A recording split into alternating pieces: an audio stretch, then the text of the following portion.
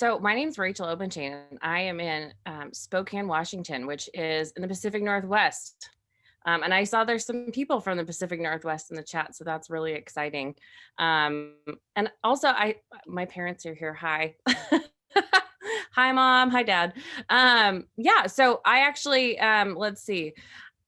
I'm a teacher by trade. I've been teaching for about 8 years. I'm in my eighth year. And so this is actually so exciting because I spend my teaching days staring at blank screens and little interaction in the chat. So seeing, a lot of you here, whatever time it is, where you're at, it's really, thanks for being here. I really appreciate it. And also for supporting the Nomadic Network. It's definitely been a really great place for me to connect with different people.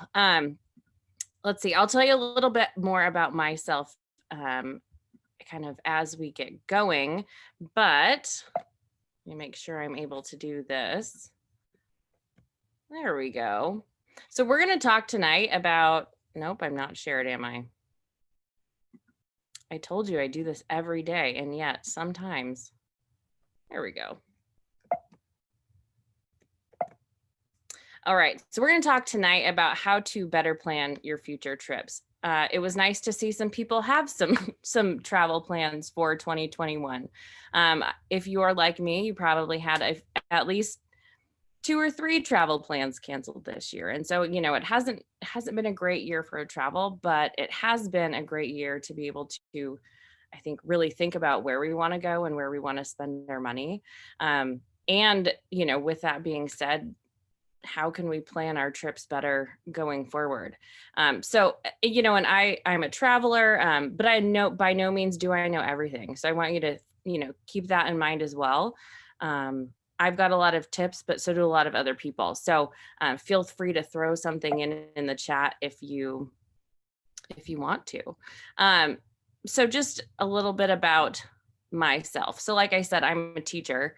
I teach high school English, and I unfortunately do not like The Great Gatsby. I'm, maybe a little bit outside the box when it comes to teaching, but I do love it. I love high school students are so funny. They keep me laughing. They keep me young. Sometimes I'm like, wait, am I really almost 36? I like traveling. I love traveling. Both my parents have traveled, many places. And I think that's kind of where I got the bug. But then when I went on my first, kind of small group international trip, that was where I was like, wait a second, this is pretty great. And I'm assuming most of you probably have kind of one trip that made it a thing for you as well. But I've done a solo backpacking trip and, have from that to like the large group domestic bachelorette parties. So I've kind of done the gamut, I guess, of types of trips. Like I said, I'm from the Pacific Northwest. And if you've never been to the Northwest in the United States, I highly recommend it. I've lived in Seattle and I currently live east of Seattle in Spokane. But it is a beautiful area of this country. And especially if you come in the summer, lakes, mountains, we kind of have it all. So love my Northwest and the West Coast. And then I'm recently an entrepreneur, and that's kind of how I Nomadic Network.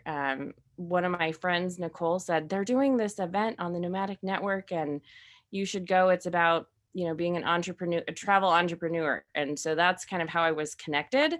And it was because of the pandemic. I was teaching from home and just like, oh, how am I going to got some extra time on my hands? And also I saw Matt speak several years ago in Spokane. And so that was kind of my connection there. So that's just a little bit about me. But let's get into it because that is why you're here. But first, I do want to know a little bit more about you. So in the chat, I want you to type 2 things. What is your go-to in-flight drink? Alcoholic or non-alcoholic? Doesn't matter. And what is your favorite road trip snack? Whoop. And I am going to read some of these because this is like my favorite. Water potato chips. Gosh, there's something about crunchy, salty. It's perfect. Vodka Diet Coke, gin and tonic, water, no ice. I agree, because then what do you do with the cup? If you just got this cup that might spill ice. Green tea and almonds, beer and peanuts. I considered gummy bears. I really did. Coca-Cola and pretzels. Yeah, I have recently not left the house without water. Just always thirsty. Cheez-Its. Ooh, I love Cheez-Its. Water and local flavored chips or local fruit. Love it. Diet Coke and beef jerky. Diet Coke, man, a fountain Diet Coke goes a long way. It's so tasty. Tomato juice and goldfish. Ginger ale. So my friend had asked me, you should ask people if they're a ginger ale or a Bloody Mary. And for some reason, I rarely drink ginger ale unless I'm on an airplane. So I just kind of wanted to get an idea of where people were at. I'm glad I'm not the only ginger ale fan. Swedish fish. Yes. It is good for the stomach. Oh, you chew on your ice. Red wine and pretzels. Love it. Thanks for sharing, everyone. Yeah, I just, for ginger ale on ice in the flight, and man, crunchy Cheetos are just so good, but I have to have a napkin because they are a mess. Thanks for sharing. Appreciate it. So, just so you can kind of get an idea of why I think travel is so important. And I say it's a necessity. I think it is a necessity to the people that like it, the people that love it. It might not be a necessity for every single person, but for me, it is a necessity. It's something that I feel like I just need to do. I think travel is an art. I think there are ways to be a tourist and there are ways to be a traveler. And I do think there is a difference.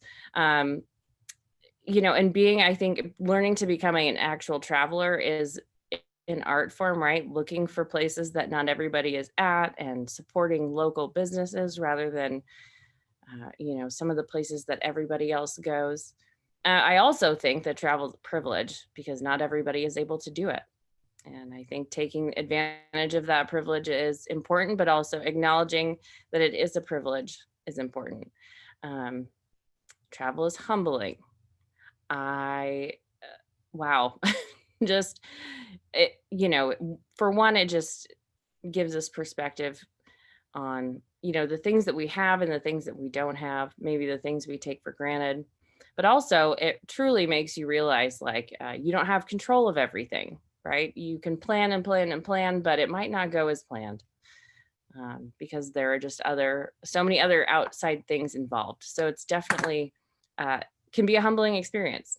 And I do think that travel will save us. And I think that because, when you go somewhere, when you see people, see other people in different places, when you realize, maybe how much you don't need, you build empathy. And I think that empathy is something that can help us help the world, help our neighbors, help our situation wherever we're at. So, so that's kind of why I think travel is important. So when you're planning travel, so kind of getting into that piece, it's all about expectations and setting a purpose. And so I don't know if you've seen on the internet lately, but there's all of these memes about this idea of who's all going to be there and setting expectations when you show up, or not when you show up, but before you show up. And so really there's two buckets of travel. You're either going by yourself or you're going with a group. And obviously, you're going to be setting some type of purpose depending on how you're going to go, if you're going to go with people or if you're going to go by yourself. And there could be other reasons, but right, if you're going to go solo, it's more exploratory, right? You maybe are going to spend time with yourself. Obviously, if you're going solo, you get to go at your own pace. You can spend 5 hours in the Roman Forum rather than, zipping through it because you have somewhere else to be. I think that if you're going solo, you have to be open to meeting new people because there are other solo travelers out there, but also you might need help. And sometimes it's nice to, be able to reach out to somebody who's around you. traveling by yourself can be kind of lonely, but it's also truly up to you, right? On whether or not you feel lonely, or maybe you want that time by yourself. And the other kind of trip, right, is going with a group. If you're going with a group, you have to be considerate of other people. You have to be considerate of what they want, what they need, and their personalities, right? I would argue that I could not travel with all of my friends successfully, right? They're my friends. That doesn't mean we should all travel together. It's just like they're my friend. That doesn't mean they should be my roommate, type of thing. You also are kind of obligated to stay with the group sometimes, right? So going out on your own might not necessarily be accepted by the group, or something that you would have time to do. But one of the plus sides on a group trip is the shared experiences. You have people that you're going to be in contact with afterwards, that you can be like, do you remember? Do you remember when we waited for 2 hours in line to change our money in Cuba? Yes, I remember that. So that's one thing to consider before you, like, as you sit down to start truly planning your trip. Do you want to go solo, or do you want to go with a group? The next thing to also consider is to manage your expectations about what you're actually going to do. And again, this depends on whether you're going by yourself or with a group. But are you going for more of an adventure trip or more of a leisure trip?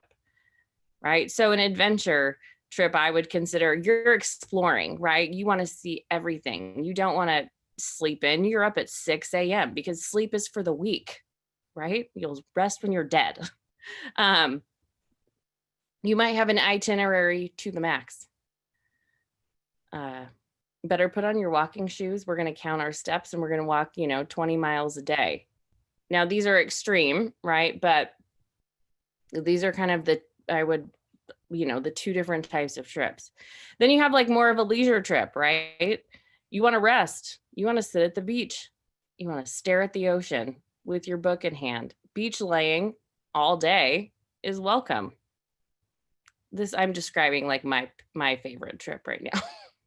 I love a leisure trip, right? You do some exploring in the morning, maybe in the night, but then you spend a lot of time at the beach. You just maybe see some sights, you eat good food, you sleep in a little bit, but you leave probably pretty rested. I think sometimes from an adventure trip, you come back and you're like, wait, I need another trip to recover from that, or I need another break, right? So between the type of trip you want, right, adventure and leisure, and then whether or not you want to go with a group or go solo, you have to have your expectations in mind. Because I will say, if you have certain expectations for your trip and then you get there and things don't go as you expected, you'll probably be disappointed. I always think back to my trip that I took with 2 other friends, and we went to Cuba. And we went to Havana. This was in 2016. President Obama had just kind of opened up travel to Cuba. And there wasn't a lot of like research out there. There was probably more, we could have probably sought out more. We were safe, Cuba's safe. It was, but I came back and was like, what just happened? Right? I was expecting, and again, so managing expectations, I was expecting a leisurely trip. I wanted to go to the beach, maybe see some sights, eat some good food, but I really wanted like a true leisurely vacation. It was not that, because it was harder to navigate than we expected. It was harder to get around than we expected. We didn't do our research on the front end to really realize what we maybe should have set for our itinerary. That, and going back, it was a group trip, right? And so when I realized that maybe not everybody wanted to lay on the beach every day, I was like, wait a second, I don't want to go sightseeing every single day. I'm not here for necessarily an adventure. So it was just a little bit, it was touch and go. It was touch and go. It was a great trip overall, but it's something that taught me a lot. So managing those expectations is really important. Because then that brings you right to your purpose. Why are you going somewhere? What do you want? when you get there. That is important to consider. And it's okay to be selfish about it because you are spending your hard-earned money, right? It's your money. You're buying the plane ticket, you're paying for the accommodation. So what do you want out of the trip? But if you're going on a group trip, they're also spending their money, right? Their hard-earned money, and they want what they want. So how do you navigate that? So then you have to set your expectations. You take all of those things and put them all together and then figure out how you navigate it, right? If it's a group trip, you have those conversations. I mean, that's the best way to do it. You ask people, hey, is it cool if there's a time when you want to go somewhere and I don't, that we just don't go together?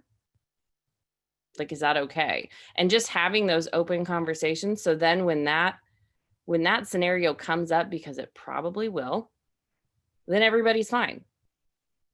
All right. Or, hey, let's go, let's try to eat at a local restaurant every single night.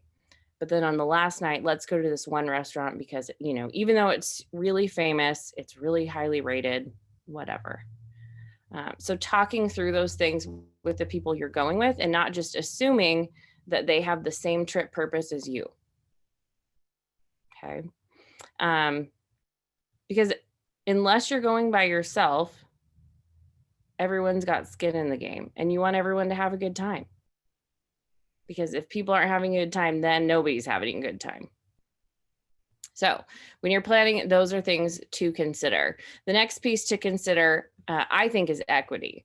So you vote with your dollars. And it's not like an actual vote, like tick mark vote, but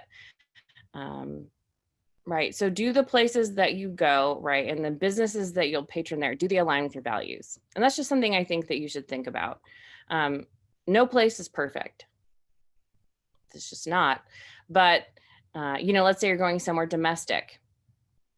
When you're in, any city, where are you spending your money, right? So considering, and these are the things that are important to me. So you would have to consider what is important to you, but is the place that you're going, like, does it have racist tendencies, right? Or are they having problems with race? Are they not supporting equal rights of LGBTQ people? What is it like? Are there local businesses that align with your values, and can you support them? I think we've seen with the pandemic now more than ever that local business, they're so important for communities because the community members own them, right? And then they put that money back into the community. And so making sure that there are local businesses that support what you believe. 10 years ago, my dream was to go to Thailand and ride on an elephant. Well, I've done some research and that's not cool, right?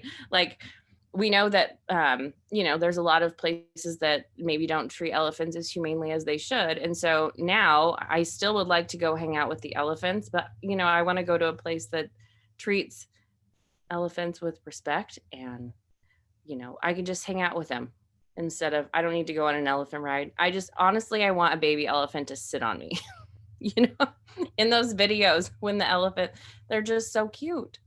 Right. But does the local business support what you believe and what you value? And then just what other people are saying, taking it with a grain of salt, but also, what do other people say about going to certain places? I would have a hard time going back to Cuba just because from my perspective, I didn't think that the government was doing anything for the people. While the Capitol building was being refurbished, and buildings were crumbling. So I don't want to spend my money there anymore unless it changes. And again, that's my choice. Am I going to break their bank? No, but I also work hard for the money that I make, and so I'm going to spend it where I think it matters. Then always comes the budget, which, that is, right, sometimes the sticking point for where you can go, when you can go, and those types of things. There are so many ways to travel on a budget. Unfortunately, that is not my expertise. That is Nomadic Matt's expertise and other people out there. But when I budget for a trip, this is kind of how I think about it. I put things in two buckets. Okay, we've got big stuff, which is flight and accommodations. The big stuff meaning it costs the most money, right? And then everything else, food, transportation, tickets to museums, tickets for tours, those types of things. And food, that's important. Food is very important. Right. So that's kind of how I picture it in my mind.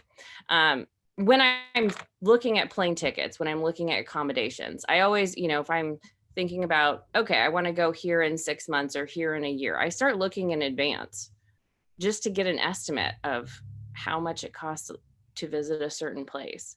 And I look at different things like Airbnb and hotels. Airbnb is a great way to travel, a great way to stay in a local dwelling, support somebody local, hopefully local, and then also just have a home base that's really comfortable and sometimes has laundry, so you can do your laundry.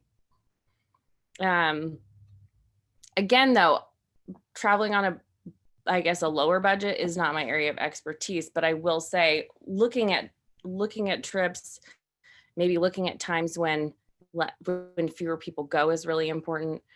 Knowing when high travel times, is that how I want to say it? Anyway, like the summer in Europe is crazy. Everybody's there in the summer. And if you want to go to Disney World on spring break, you're going to pay more money for your flights and your accommodations. Then I have the everything else budget. And that's kind of what I save for monthly. So what I buy first are the big things. So like, let's say, in 6 months, I want to go to Chicago. Again, I'm pretending everything is open. Okay, 6 months, I want to go to Chicago. So maybe in a couple months, I'm going to buy that plane ticket and I'm going to put it in my budget. And then I'm, going to maybe in 3 months buy my Airbnb. I'm going to put that in my budget. But then what I am going to do is what I use money in a sinking fund. Okay. And so this is the everything else type of thing. And that's a sinking fund for anything is money that you set aside each month that goes like in its own little bucket, right? Or if you're an envelope type of budgeter, or if you've never budgeted in your life, that's what a sinking fund is. So let's say you start in January, you could put $20 a month in your Christmas sinking fund, right? And then by the end of the year, you have $240 to spend on Christmas. And you didn't have to put it in your monthly budget as far as like that huge chunk of money. So same with travel, right? And it can be a tiny amount of money. It can be a large amount of money. It can vary by month. But if travel is important to you, I think it's important to include it in your budget.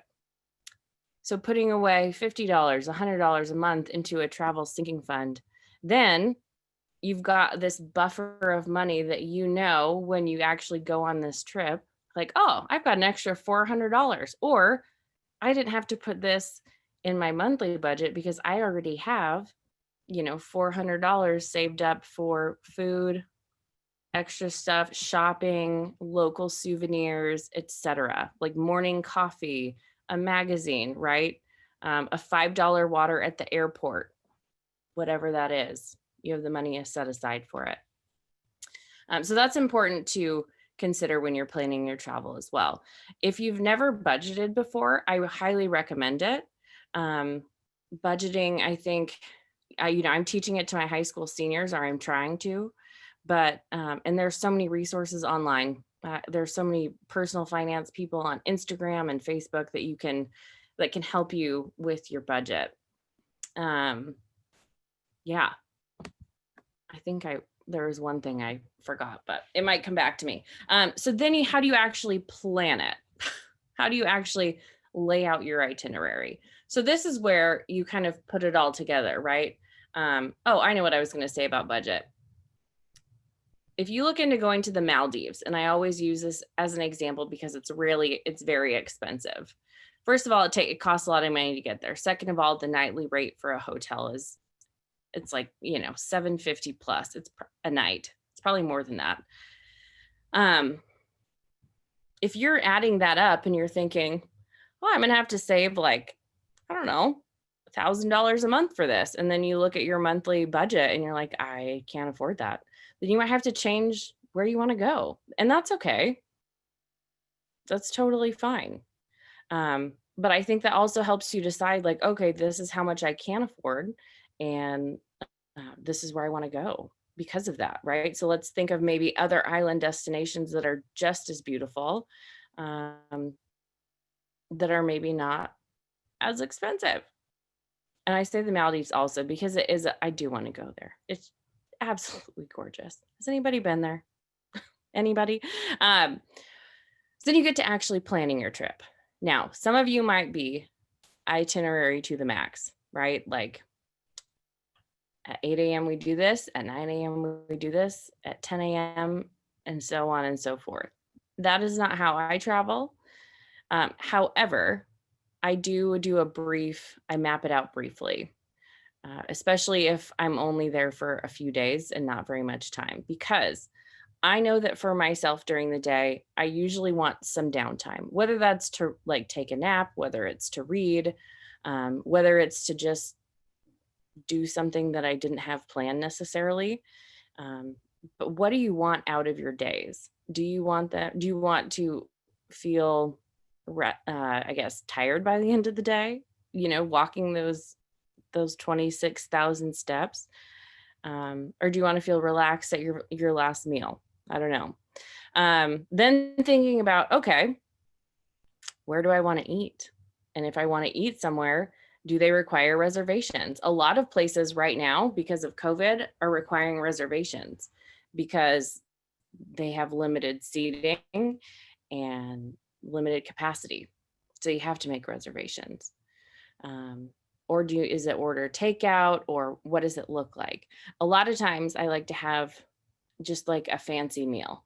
And by fancy meal, I just mean like maybe more expensive, like in a place. Um, so where do I go for that? Where, and so then I start putting together different types of places that I want to eat. Um, a lot of, I think, travel is centered around food because there is some really good food out there. Really great food. Like after spending time in Italy, I don't like to eat Italian food in the States. It's just not the same. I do like Olive Garden breadsticks, but it is not like eating in Tuscany. Um, Building in flexibility, right? So let's say so one of my friends, she did a 3-month backpack trip in Europe. And when she was in, I think it was in Berlin, one day she did a bicycle tour. I think of the Berlin Wall, like all these different sites in Berlin that had to do with the wall. She had so much fun that she went back the next day and did another bike tour with the same company. And they, toured it was probably something to do with World War II, and did another bike tour. So do you have time built in, or do you want to build in time to be flexible? What if you meet somebody and they want to go somewhere, they want to go wine tasting, and you're like, sure, let's do it. Right. But if you have all of these other things planned and reserved, you might not have that flexibility. So it's just something to consider. I come back to rest because you do have to sleep. If you get to the end of your trip and you're feeling sick and run down because you've run yourself ragged, I would argue that's not the best use of your time. But that's just me. So I like sleep. And that's why I say know thyself. If you know that you can run on little sleep for several days, well, you do you. um, the next thing when you're planning is considering, is there enough to do? Or, and I hate to say that because I think, you could go to a place, you could live in Rome and never see everything if you live there for your entire life. You could live in a lot of places, right? And never see everything that's there. And most people don't do tourist things where they live, right? Because they don't want to be around the tourists. But there also are cities that are smaller or might not have as many things that you want to do. So are you going there for the amount of time that you think you should be going there? So I always hear people say like, oh, you can do Venice in a day. right? Or you can do Oslo in 2 days.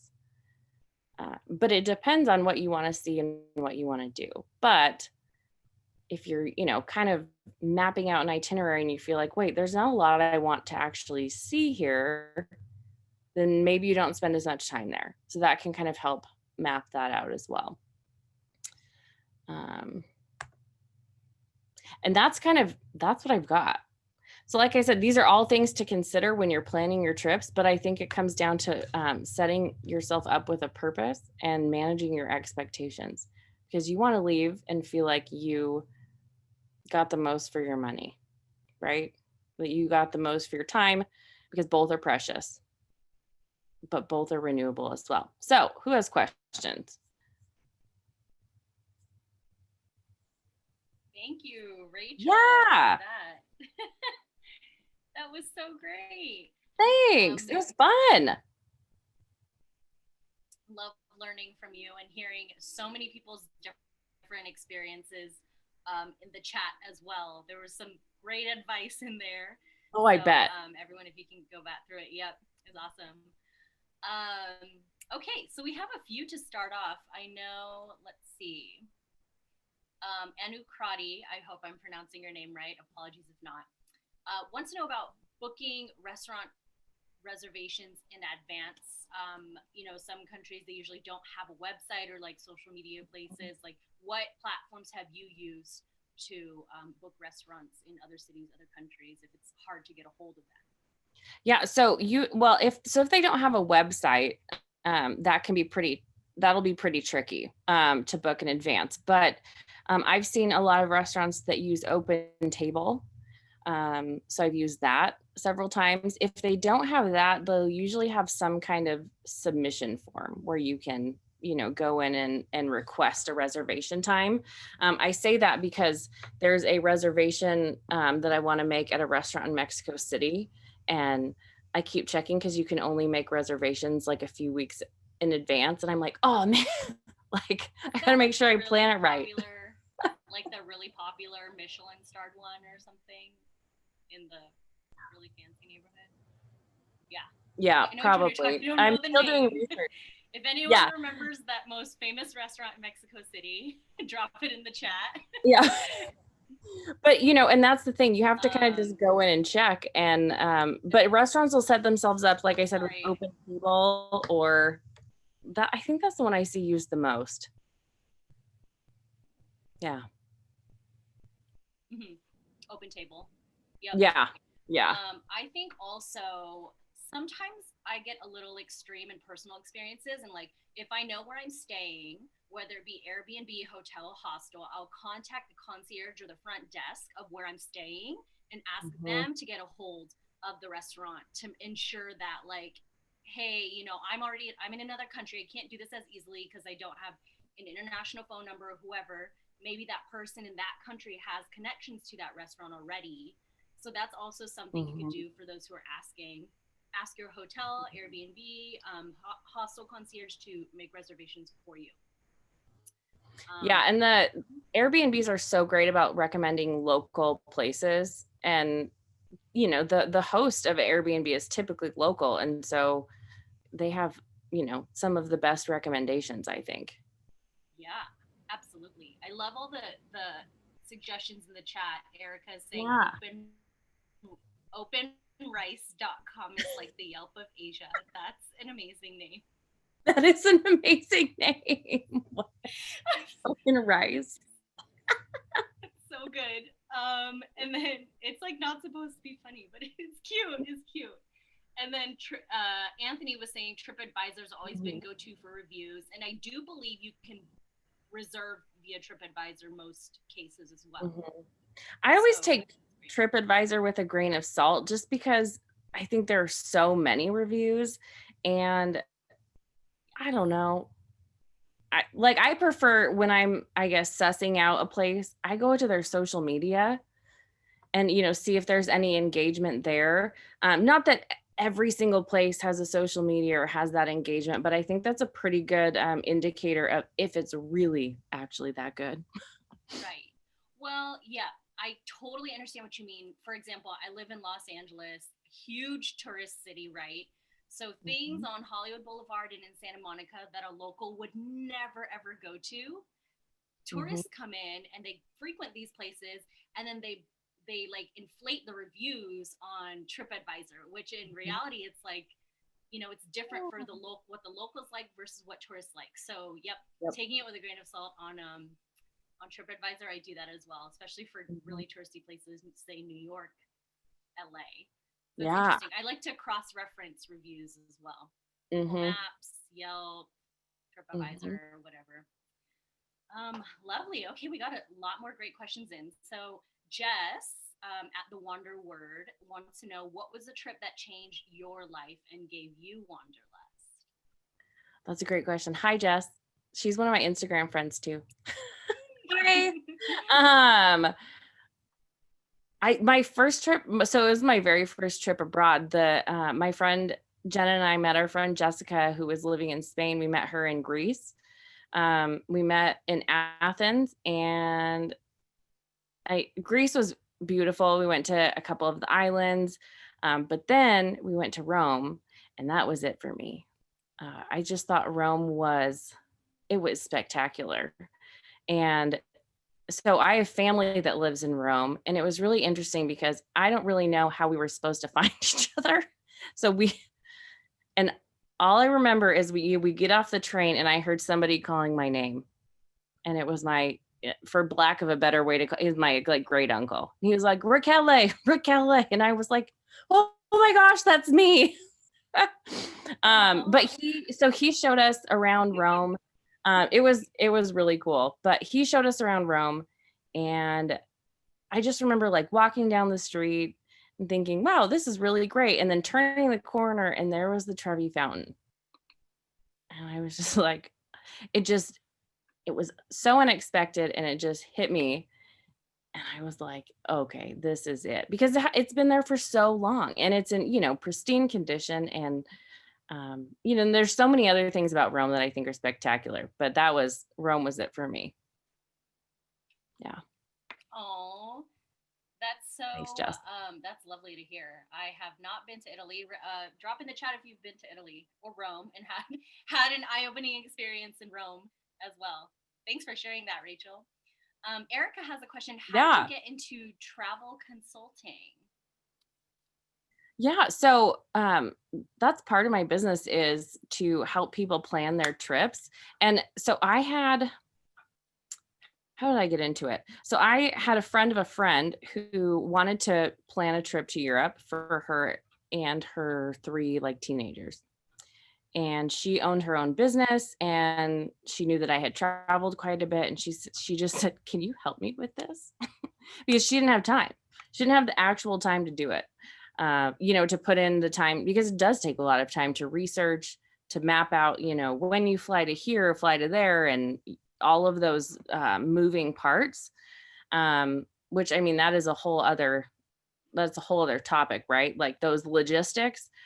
Um, and so she paid me to do it, and then I was like, I could help other people because um other people have asked me different, they asked me for a lot of suggestions, those types of things. And so that's kind of how I started doing it. I'm not like a registered typical travel agent, which that is also a route that you can go for sure. You get access to a lot of different databases, I believe, but also um, when I looked into being a travel agent, it seemed like everyone had a niche. Like help plan cruises, or I help plan, um, Disney vacations or whatever that is. And I don't know, that just wasn't really up my alley. It just felt Right. too like in the box, but that was just me. So I know because the travel advisors that do plan those trips are experts. They So, really are. mhm. They're beasts at what they do.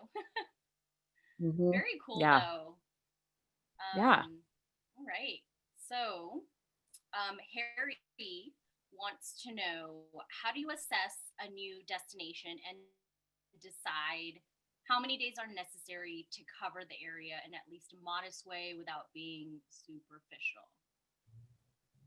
That's a great question. I usually think, if I'm going to be gone for, a couple weeks and I want to see a place, um, I like usually my ballpark is like 3 to 4 days. And I just kind of start with that. And then as I do my research, then I can kind of decide because, um, when I did my backpacking trip, there were, I kind of went in with the guys, I wanted to see more places than I wanted to spend time in just a few places. So, but I wish I would have done it a little bit differently. And I wish I would have spent more time and seen fewer places. Um, for example, I was in Krakow for 2 nights. And so I really don't feel like I got to explore Krakow because one of the thing that drew me to Krakow, I went specifically so I could visit Auschwitz because that's one of the novels that I teach.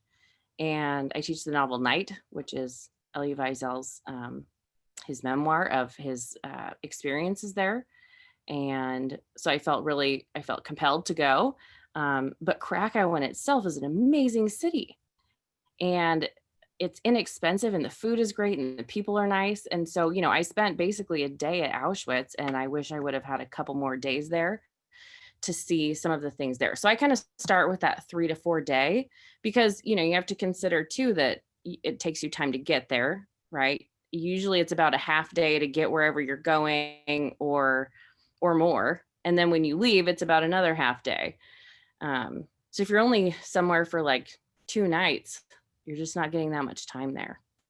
So that's kind of where I start. Then, right, making a list of, all of the things in preliminary research that you might want to see or that are, interesting to you, and, when they're open and how long, it might take you to go through it.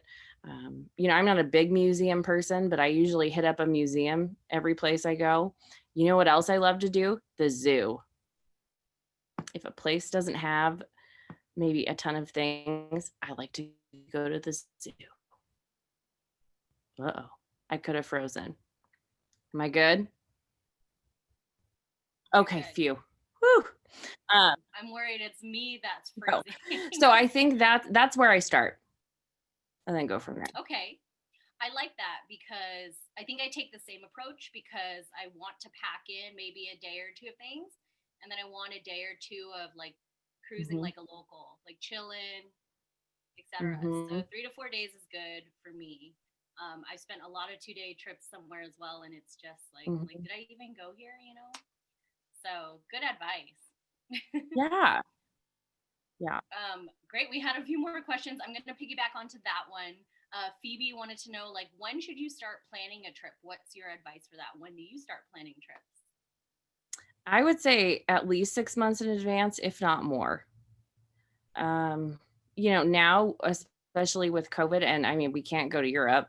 There's very few places that we are even allowed to go that will take our passport. But 6 months, if I think if you're going to do, Europe or anywhere international, more time for sure. Start looking into flights. The If anybody is familiar with Scott's Cheap Flights, that they send you emails not every day, but different destinations that the prices are lower, so you can just kind of get a ballpark of how much things cost. If you're thinking in a year that you do want to go to Italy, starting to look at tickets now and just to see what's out there, see what's up.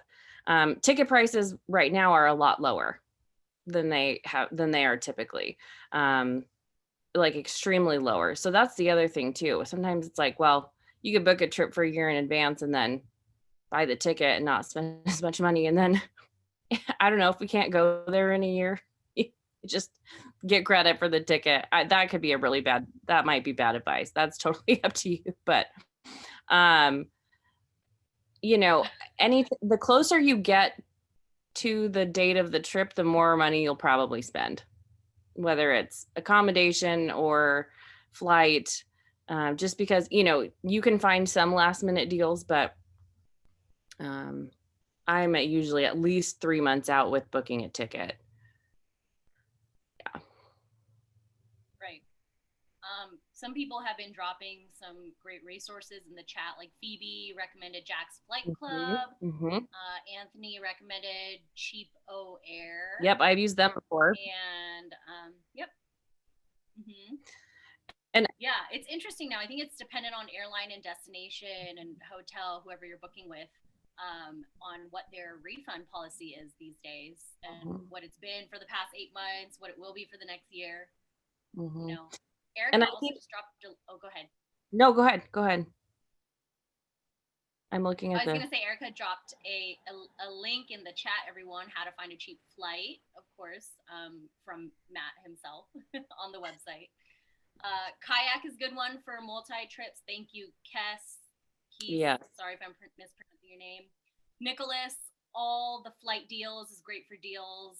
Wow, I have not heard of a few of these. So keep dropping in your secret weapons in there, everyone. This is great. Hmm. All right. I think too, cross-referencing those is, I don't know. Sometimes I always wonder, I'm like, are they all the same? Oh, also how to travel on $50 a day. Yes. The book, I love it. I'm going to pop in here for a second. So Good. I'm very inspired by what you're saying. And there are a lot of people with really, really great questions. And I would love to send 2 of these books to people in the audience right now. But there is a caveat. They have to be in the US. So if 2 people want to write like 2 sentences about why they want this book because they're planning a trip to somewhere, just write it in the chat and I'll pick them by the end of this, which is in 5 minutes. So yeah, so 1 each, obviously. Nobody needs 2 of the same book. What other questions You do heard you that. have? You heard that, Yeah. guys. 2 sentences on why you need that book because of your future travels. Drop it in the chat. All right. So Ali wants to know, do you recommend booking hotels, hostels, Airbnbs ahead of time or waiting until the last minute? Or do you only book the first location and then worry about the others when you get there? What do you do? Well, this is I always book my accommodation in advance because if you look at the triangle of basic needs, you really need a place to sleep and shower and go to the bathroom. And I just like I have too much anxiety to not know where I'm going to sleep. But that is just me. I also know people who book their first place and then they're like, "Well, I'll figure it out." If you, Erica, so that is, if that is you, do it. It usually works out. It usually there's some adventure that happens because of it. I am not there yet.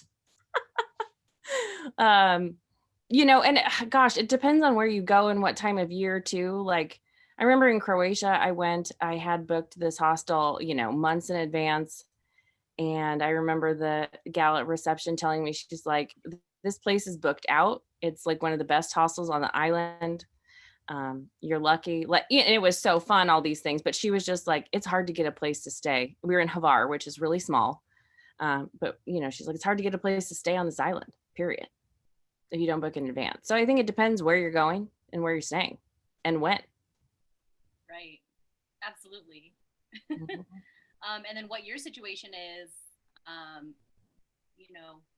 if there's going to be layovers or if you're trying to leave right away. Like, I mean, I could think of a million things that could happen. Sometimes I usually book like a $12 hostel just to be safe. And if I don't use it, then it's like, it's okay. It was only like $12. But yeah, very, very situational, I feel like. So, yeah. And so Erica, you said you don't book them all in advance?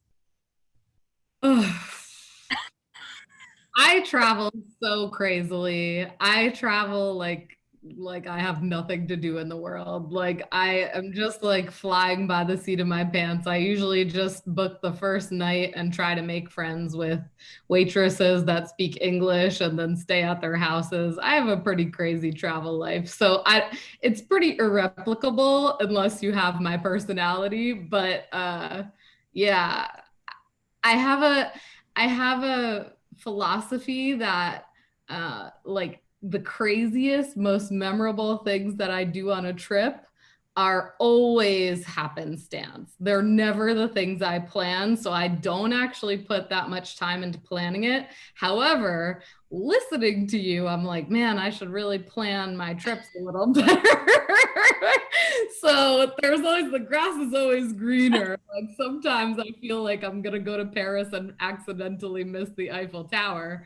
But you know, to each their own. I feel like this is a really great presentation because you really get to look at your personality and then decide what you want to do instead of just like, I feel like a lot of people are at the whim of what people tell them to do. Like, if you're going to Rome, you have to visit X, Y, and Z. And it's like, no, you want to plan it for yourself, your personality, what you want to do, and make sure that it's your trip. So great for sharing that, Rachel. Great for sharing that.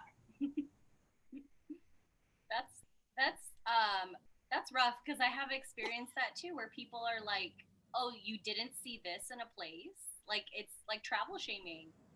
It's really sad. Anyways, we're not gonna get into sad travel shaming. Right. But yeah, you have to plan the trip for you. Like if you don't want to go see the Eiffel Tower because you were doing something cool, like you were at a disco all night with some random waiters you met in Paris, then that's your experience. That's your own journey, right, Erica?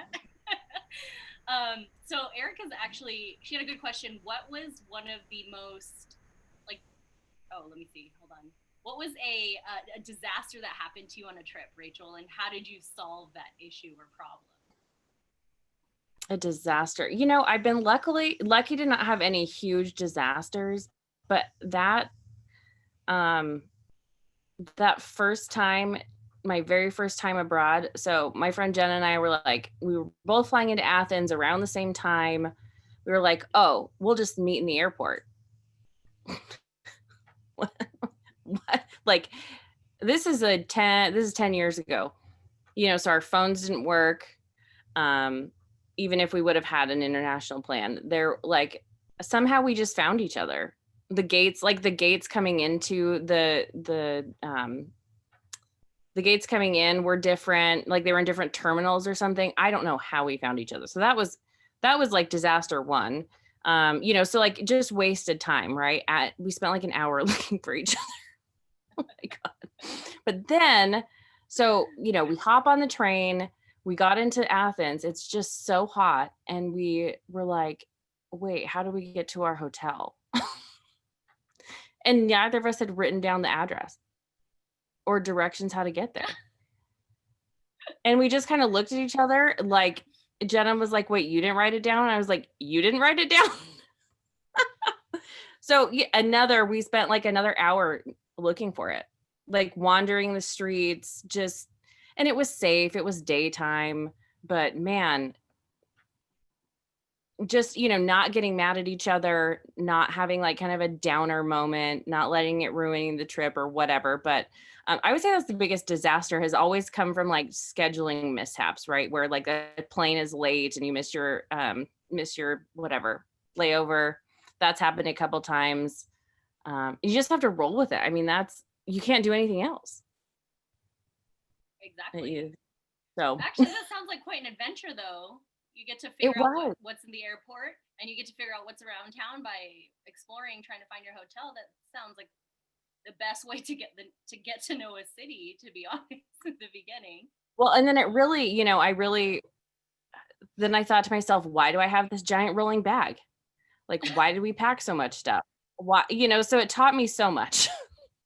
Mm-hmm. Like, I've done that too. I've done that. I've brought sweaters to Central America. like sweaters. I'm like, why am I like this? Why am I like this? Just in case. Just in case what? It dips below 80 degrees. Right? Exactly. All right. Yes. So Kes has another question. How do you pack for a weekend trip versus a longer trip? What do you like to pack? What do you take? Your toiletries, makeup, etc. What are your essentials? Wow. For a weekend trip, I really think about what I'm doing and I pack an outfit for each thing. And I've really learned to not pack extra.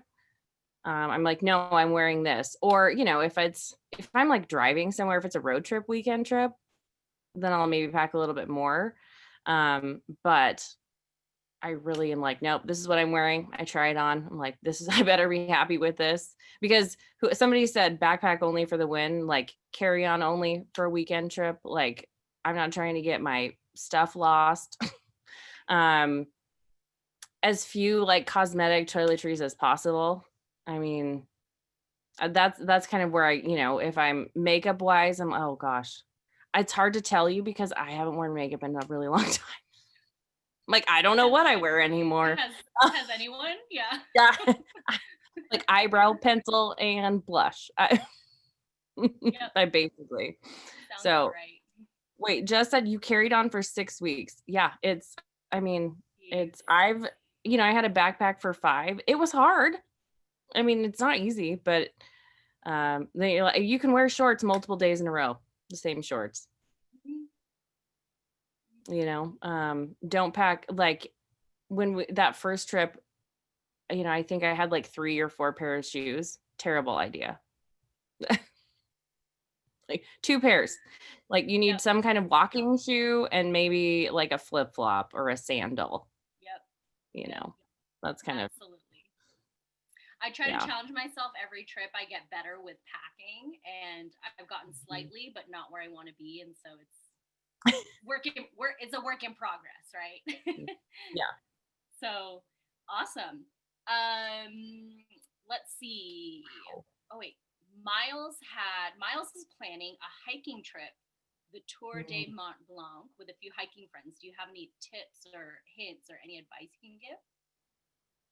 Well, if it's a hiking trip, pack light. And that's all I got because I'm not really that outdoorsy. No, I think there are so many resources online for really good stuff to pack for hiking. And I think there's so much good gear and new lightweight gear. And gosh, like I get lost when I go to REI. I love just looking at all of the gadgets that you can find. Unfortunately, I haven't bought any of them.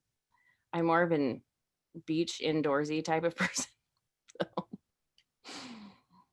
Yeah. Good place to start though. Pack light, pack in layers, pack with things that yes. are, you have to carry everything. Mm-hmm. And Miles also said you can buy whatever you need when you get there, and that's pretty true. Like, if you need shampoo, you can get it. If you need toothpaste, you can get it there. So if you forget it, or you buy it when you get there and leave it. Also, then you'll have like Thai toothpaste when you get home or whatever. So it'll be nice. All right. Can I announce the winners? Yes, absolutely. I feel like this is going to be a lesson in that you always have to play to win, because we had 9 people write in and I'm going to give 9 books away. So if you guys, whoever wrote in, I'll tell you, William, Jess, Lexi, Ryan K, Jimmy, Elizabeth, Kess, Anthony, and Rona, probably Rana. If you DM me your street address before this chat is over, then I'll send you a book this week, okay? You have to be living in the continental United States, though. So, yay! Now you have to carry everything that Rachel said into a little light reading for the holidays. I love it. Thanks, Erica. That's awesome. But DM it so that not everyone. You're awesome, Erica.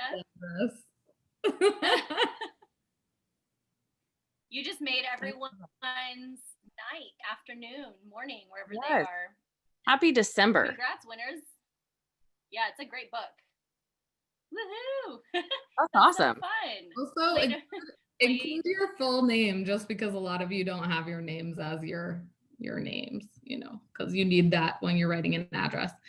Oh, thank you so much, Rachel. This was such an awesome presentation, and we're really lucky to have you here. Honestly, I just wanted to share that Rachel is one of our community members that just showed up, and she's always interacting with us on Instagram.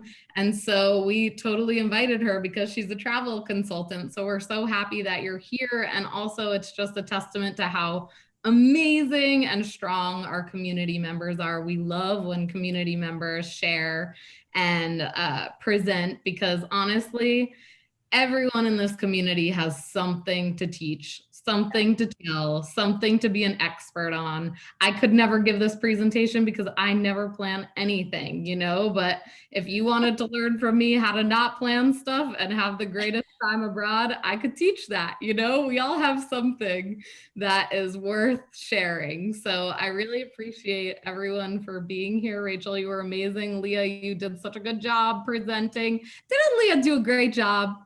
I love having Leah. Thank you guys. I love it. Dropped Thank Rachel's contact info in the chat if you guys want to connect with her. She's super active on all of her social media networks. So thank you, Erica. Yeah, would love to hear from you. Yeah, thanks, Leah. Thanks, Erica, too. This is great. And thanks, everybody, for your questions, and nice to see your faces. Shall I close out, Erica? Sure. All right.